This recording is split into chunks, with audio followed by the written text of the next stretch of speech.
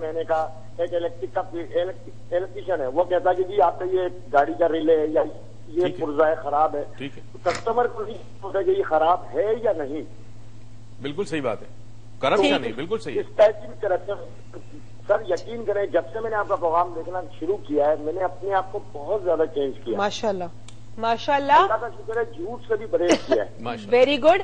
آپ کا نام طیب صاحب نے واؤچر کے لیے ڈال دیا، اور اگر آپ چینج ہوئے تو سمجھ لیں ہماری سکسیس ہو گئی ہے. تھینک یو سو مچ. اچھا جی، ان پہ آتے ہیں. ایک تو ان کے ساتھ ہوئی ہے کرائم. دیکھیں اب I would not call it a corruption. چلے ٹھیک ہے، اب ہم تھوڑا سمجھ لیں کہ چلے کرائم ہوئی ہے، مگر کرائم ہوئی اس لیے کہ سوسائٹی کرپٹ تھی. چلے کرائم ہوئی اس لیے کہ سوسائٹی کرپٹ تھی. سوسائٹی پہ ہم بات کریں گے، جاتے ہیں ایک چھوٹی سی بریک پہ. آپ کہیں مت جائے گا. ڈاکٹر موئز لاؤنج کو دیکھنے کے علاوہ اور کام مت کریے گا. تھوڑی زبان لڑکھڑا گئی ہے. اور ایک اور بات، کلر کی corruption is also corruption. Keep watching.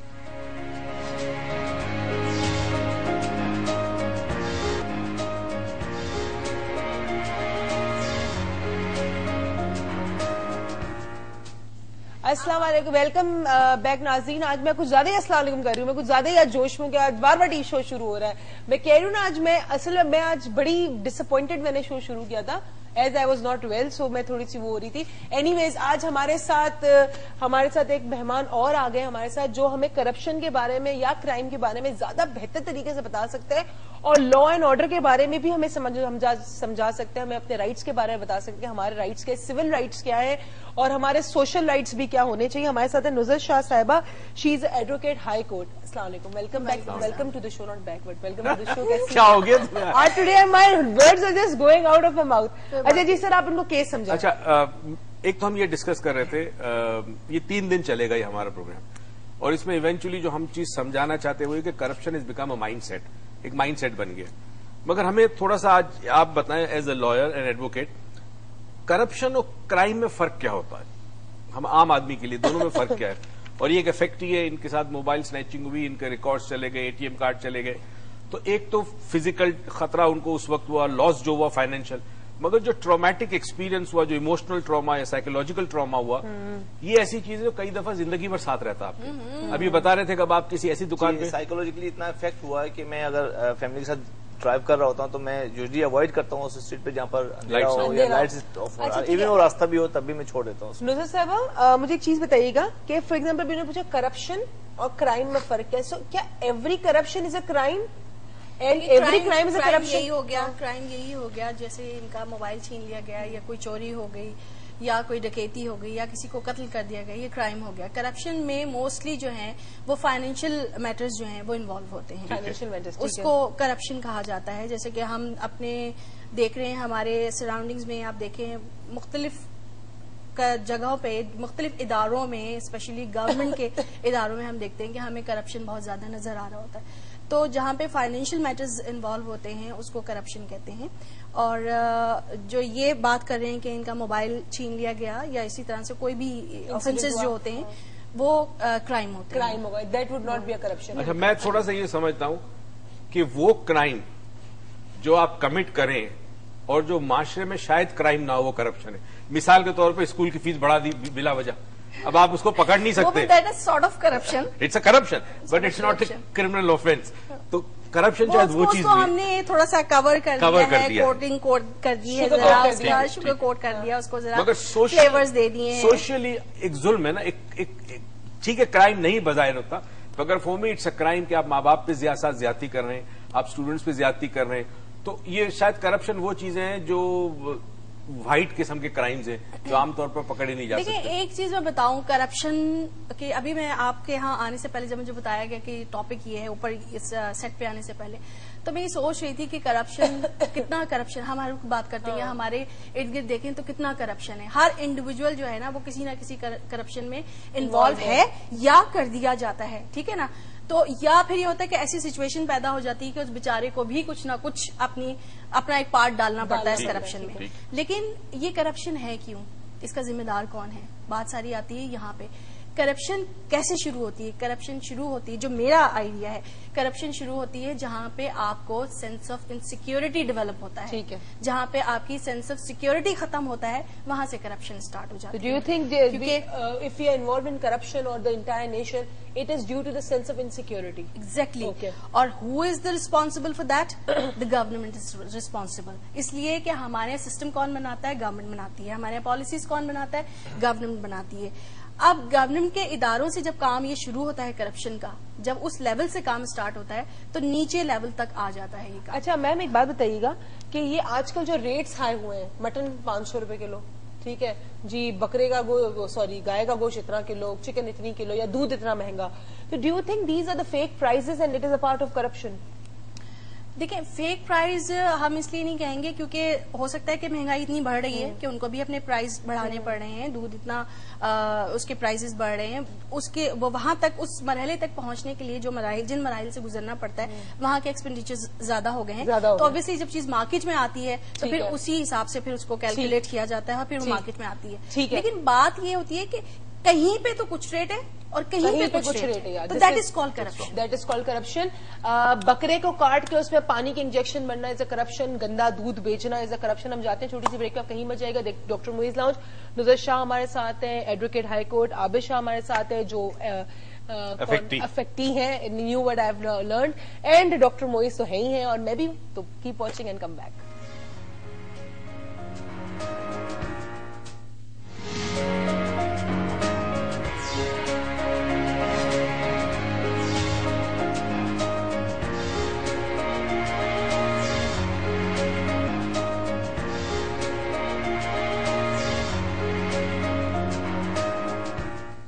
Welcome back ناظرین, اور ڈاکٹر موئز لاؤنج بعد ہمارے ساتھ ہماری بہت سی پیاری سی مہمان ہیں.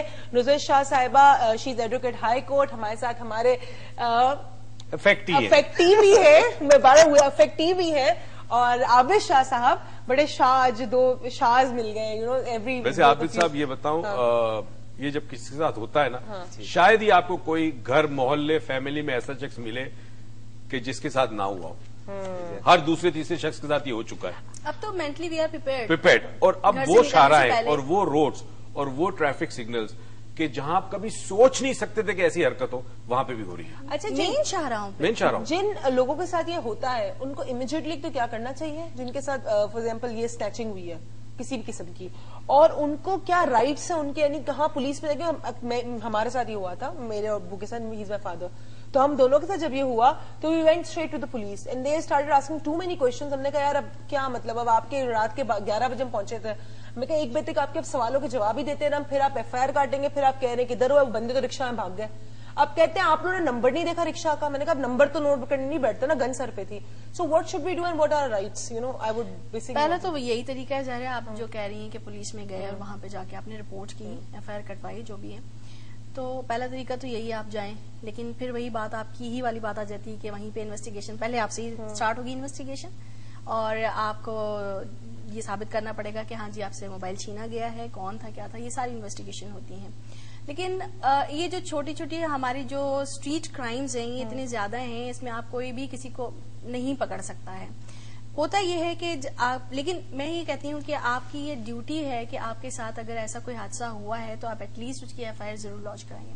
اس کا امیڈیٹ ڈائریکٹلی آپ کو کوئی ہو سکتا ہے فائدہ نہ پہنچے, لیکن لیٹر آن ہوتا یہ ہے کہ جب وہ مختلف اسی قسم کے انسیڈنٹس ہوتے ہیں, کہیں پہ کوئی واردات ہو گئی اور کسی اور جگہ کوئی دوسری اس سے بڑی واردات ہو گئی, اور جب یہ کرمنلز پکڑے جاتے ہیں تو پھر کیا ہوتا ہے کہ ڈیورنگ انویسٹیگیشن وہ بہت سارے اپنے جرائم پریویس جو ہوتے ہیں وہ ان کو ایڈمٹ کرتے ہیں اور قبول کرتے ہیں. اس میں پھر یہ ہوتا ہے کہ ان کے پاس اگر رپورٹس ہوتی ہیں, ایف آئی آرز ہوتی ہیں, تو پھر اس میں وہ دیکھتے ہیں کہ ہاں بھائی ہمارے پاس اتنی اتنی کمپلینٹس ہیں, ٹھیک ہے. پھر وہ ان لوگوں کو کال کرتے ہیں, ان سے کانٹیکٹ کرتے ہیں, پھر ان کو بلاتے ہیں اور ان سے پوچھتے ہیں کہ ہاں جی آپ کا, پھر ان سے ریکوریز جو ہوتی ہیں, ان جو کرمنل سے ریکوریز ہوتی ہیں, اس میں بعض اوقات آپ کو وہ چیزیں لنک ٹو لنک ملتا ہے. ٹھیک ہے, ڈائریکٹلی ہو سکتا ہے نہ پکڑا جا سکے, اسی وقت نہ پکڑا جا سکے, لیکن لیٹر آن. چلے نظر شاہ صاحبہ, تھینک یو سو مچ آپ کے آنے کا, ہمارے شو میں اپنے باتیں شیئر کرنے کا بہت مزہ ہے. Please come back next time بھی ہم شو کریں کرپشن پہ, کرائمس پہ, تو پلیز کم.